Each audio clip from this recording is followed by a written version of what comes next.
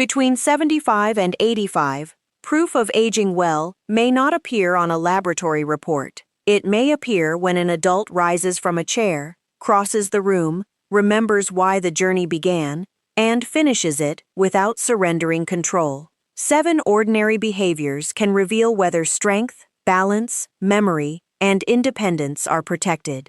And one is so often dismissed that many people stop doing it just when their body needs it most. Stop for a moment. What follows could change the direction of the years ahead, not because it promises youth or offers a miracle, but because it exposes losses that arrive unnoticed.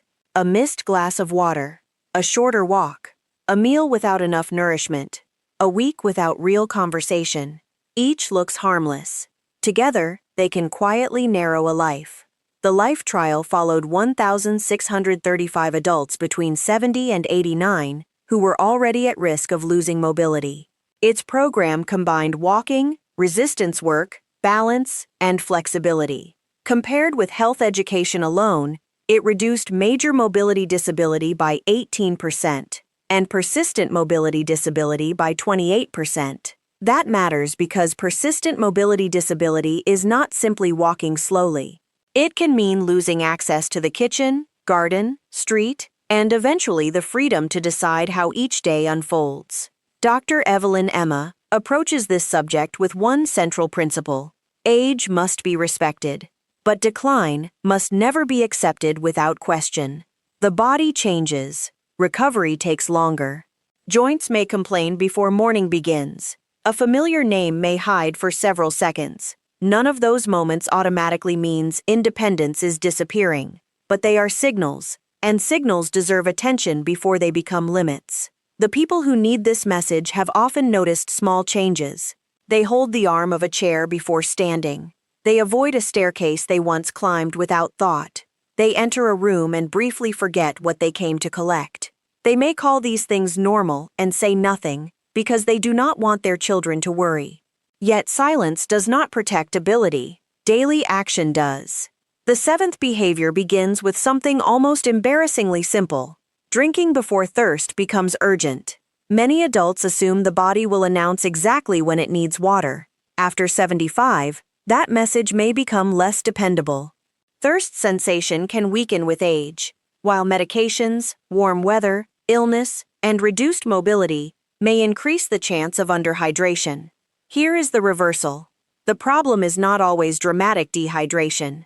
It is often a quieter shortage that appears as fatigue, dry mouth, darker urine, lightheadedness, slower thinking, or unusual weakness. Those signs can easily be blamed on age. That is what makes this habit dangerous to ignore.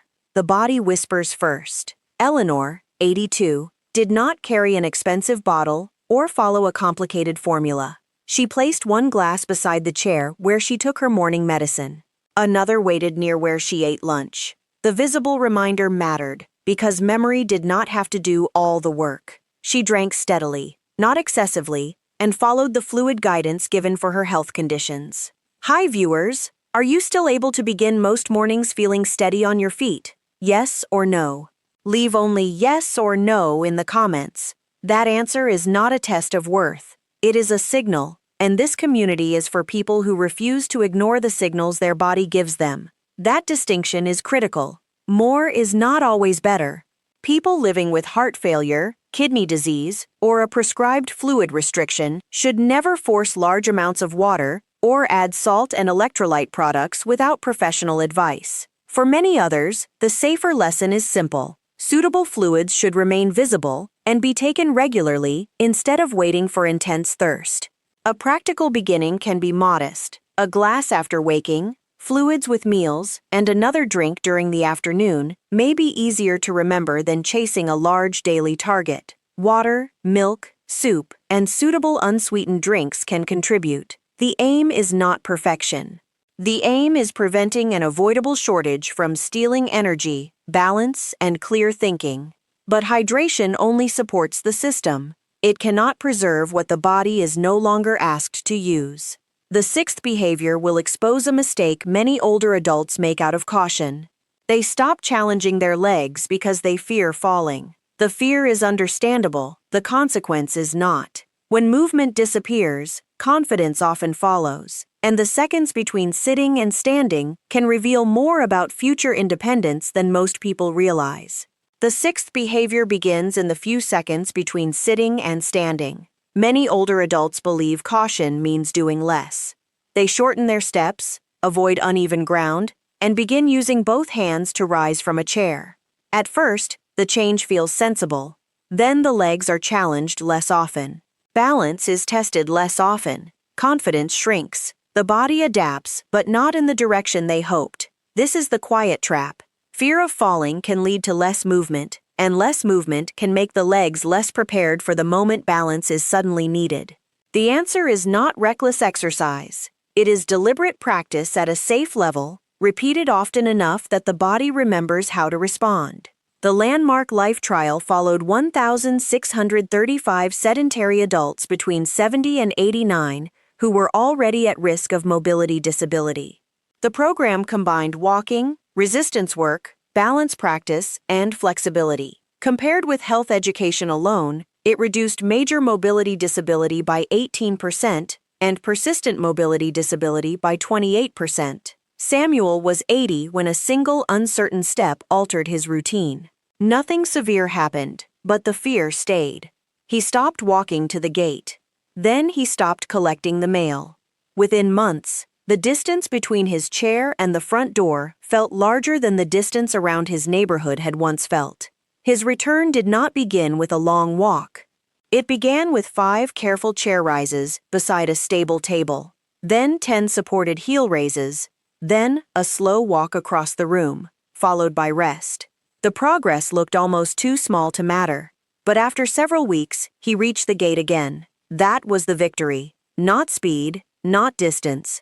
Choice. Small movements can protect large freedoms. For an older adult who has been inactive, the safest beginning may include standing from a firm chair, walking for a few minutes on a level surface, or practicing balance beside a stable support. Good footwear matters. Clear pathways matter. Vision matters. Medication review matters. Anyone experiencing repeated falls, sudden weakness, chest discomfort, faintness, or a new change in walking needs professional assessment rather than a harder workout. The point is not to prove toughness. The point is to preserve response.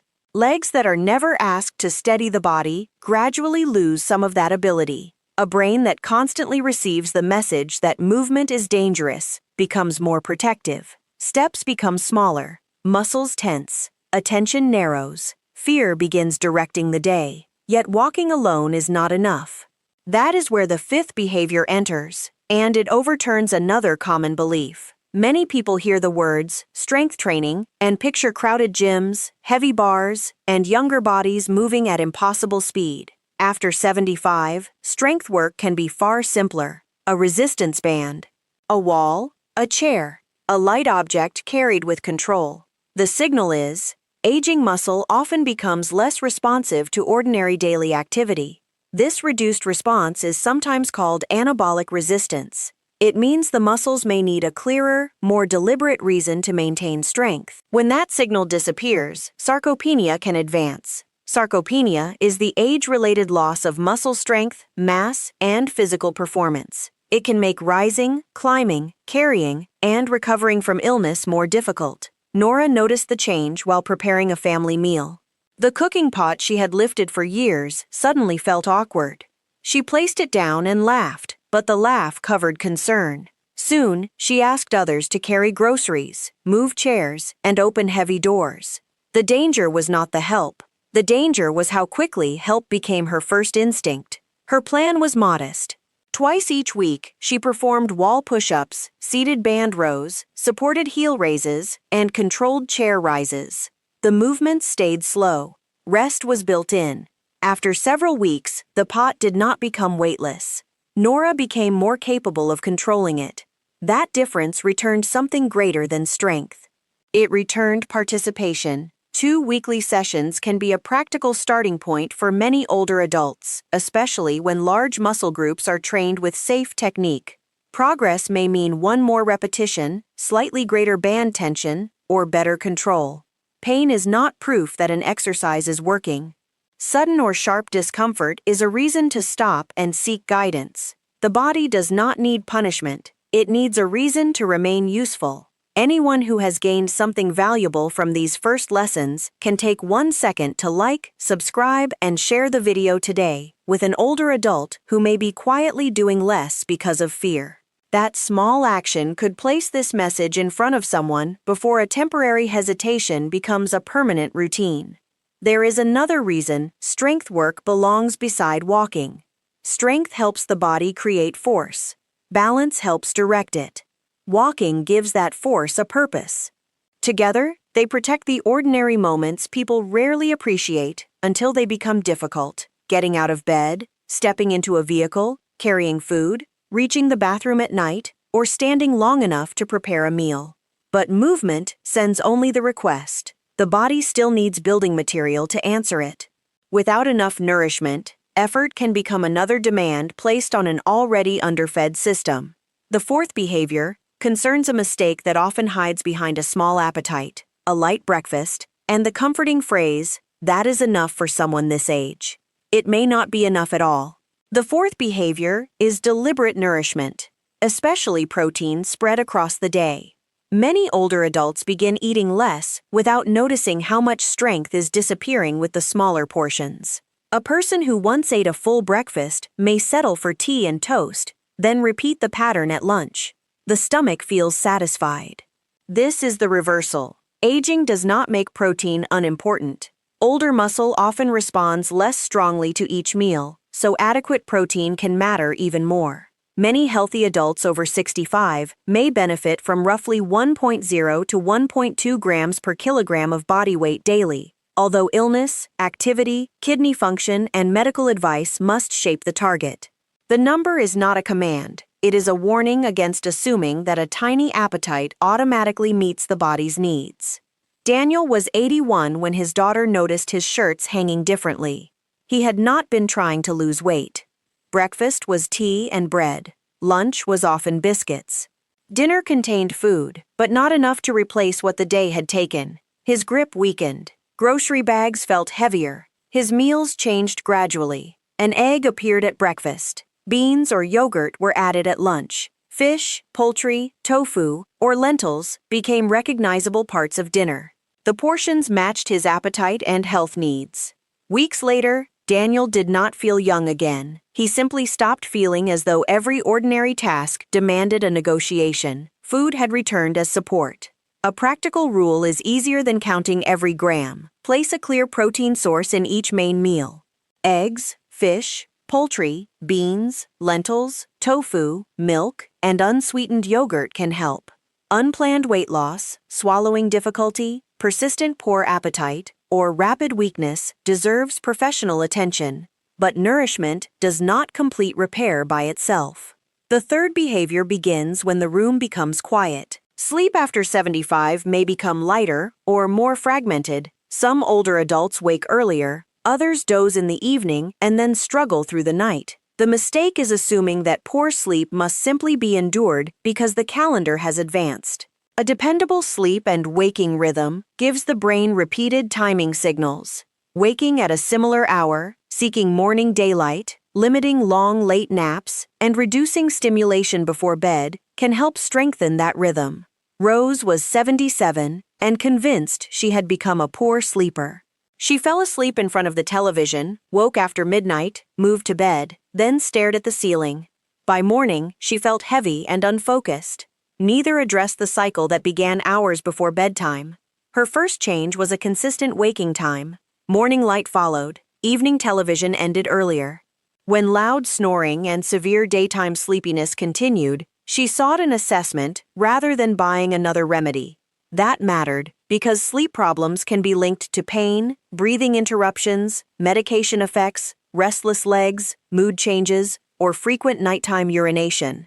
The danger lives in what becomes normal. A cool, comfortable room and a predictable wind-down period can support rest. Yet persistent insomnia, gasping during sleep, morning headaches, sudden confusion, or dangerous daytime drowsiness are reasons to seek qualified care. The strongest habit is not pretending the problem is small. It is responding before exhaustion begins directing the day. The second behavior is meaningful human connection. It sounds gentle, almost too gentle to stand beside strength, nutrition, and sleep. That is why it is underestimated. Social isolation is not merely an emotional inconvenience. Large bodies of research associate it with poorer physical and cognitive health. Public health authorities have compared the mortality risk linked with inadequate social connection to the risk associated with smoking, as many as 15 cigarettes a day. That comparison describes population-level risk. It does not mean loneliness affects every person identically. Living alone is not identical to being lonely. A person can live alone and remain connected. Another can sit in a crowded room and feel unseen. The protective element is not noise. It is participation, listening, answering, remembering, laughing, disagreeing, and being expected somewhere. Evelyne was 84 when her closest friend moved away. The calls became less frequent. Church attendance stopped after transportation became difficult. Her television remained on for company, but no voice waited for her response. Days lost their edges. Meals became irregular. The future narrowed to the next program on the screen. A neighbor invited her to help organize a weekly community meal. At first, Evelyne arranged name cards. Then she began calling 2 members each week. Soon she was choosing table decorations and reminding others when supplies were missing. No miracle occurred. Something quieter returned. Anticipation. She had a place where her absence would be noticed and people who needed more than her presence. They needed her attention. That is the neurological difference. Meaningful conversation asks the brain to follow tone, retrieve memories, interpret expressions, select words, and respond in real time. Passive entertainment may be enjoyable, but it does not demand the same reciprocal work. A useful target can be one genuine interaction each day.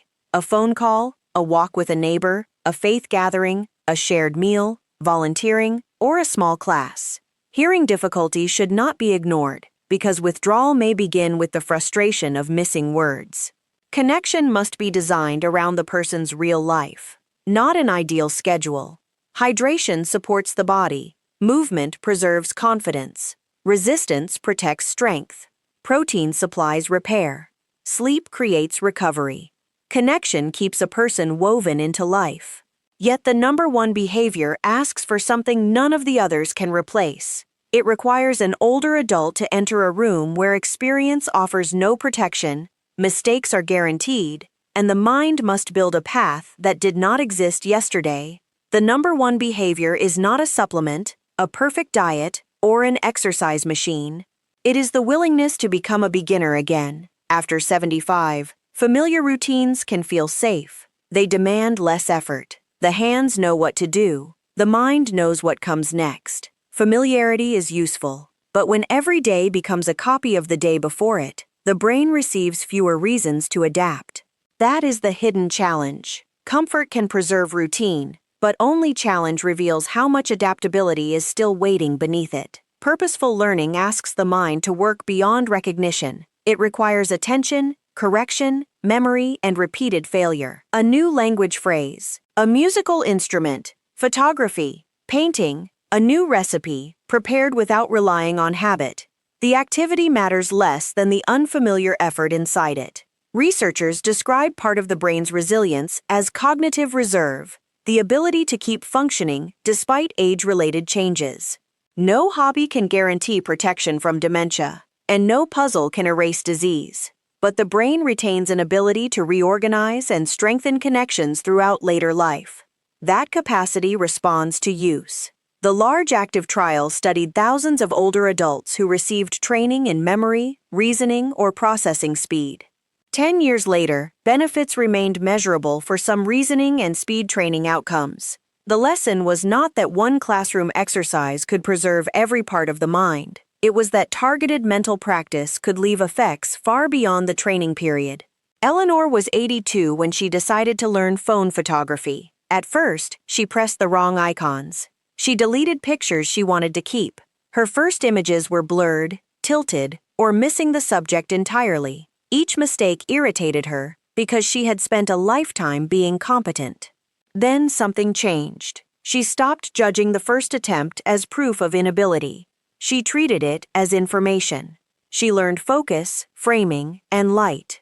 She began walking outside to photograph flowers. She asked a younger neighbor for advice, and later joined a small community group. One unfamiliar skill began touching movement, attention, social connection, and purpose at the same time. The transformation was not in the photographs. It was in tomorrow. Eleanor had something waiting for her that she could not yet do. That productive discomfort is the point. Watching another person play an instrument is entertainment. Holding the instrument and struggling through 3 notes is learning. Watching a cooking program can be relaxing. Preparing an unfamiliar dish requires sequence, judgment, memory, and movement. The practice does not need to last for hours. 20 focused minutes can be meaningful when the activity is truly active. A person can learn several phrases, sketch an object, practice a chord, explore a digital skill, or follow a new set of steps. Frustration should be expected. Confusion is not always decline. Sometimes it is the feeling of the mind meeting something new. Choose one skill, not 7. Make it difficult enough to require attention, but safe enough to continue. Practice regularly. Keep evidence of progress. Let another person participate when possible. This is why the final behavior stands above the others. Hydration protects function. Movement challenges the body. Protein and sleep support repair. Connection keeps emotional and mental pathways active. Learning brings them together and sends a powerful message. This life is still developing. The rare person between 75 and 85 is not the one who never struggles. It is the one who still begins. The 7 behaviors now form a single picture. Regular hydration helps the body work with steadiness. Walking and balance practice preserve confidence. Resistance gives muscle a reason to remain useful. Protein supplies material for repair. Consistent sleep protects recovery. Human connection keeps a person woven into the world. New learning keeps the future open. None of these behaviors demands perfection. An 80-year-old may need a walking aid and still be independent. An adult may forget a word and still possess curiosity, judgment, humor, and purpose. Aging well does not mean escaping every limitation. It means refusing to let one difficult day decide the shape of every day that follows. That is what makes someone one of a kind. It is the decision to rise again after movement becomes slower, to prepare nourishment when appetite becomes smaller, to answer the telephone when isolation feels easier, to practice a new skill while the first attempts still feel awkward. These choices may look ordinary from the outside. Inside the life of an older adult, they protect identity. Those watching should choose one behavior for the coming week. Not all 7. 1. A visible glass of water. 5 supported chair rises. A protein source at breakfast. A regular waking time. 1 meaningful call. 20 minutes spent learning something unfamiliar. Then the pattern can begin. Anyone who recognizes a parent, partner, neighbor, or friend in this message can share it with that person. Anyone determined to protect independence can subscribe and leave 2 numbers in the comments. The habit that feels strongest and the one that needs attention. The next video will expose 5 morning mistakes that quietly weaken the legs after 75. One of them happens at breakfast, when a meal containing almost no protein can leave aging muscles without enough building material during the longest active part of the day. Another begins before the feet even touch the floor. Missing those details could mean practicing the correct habits at exactly the wrong time.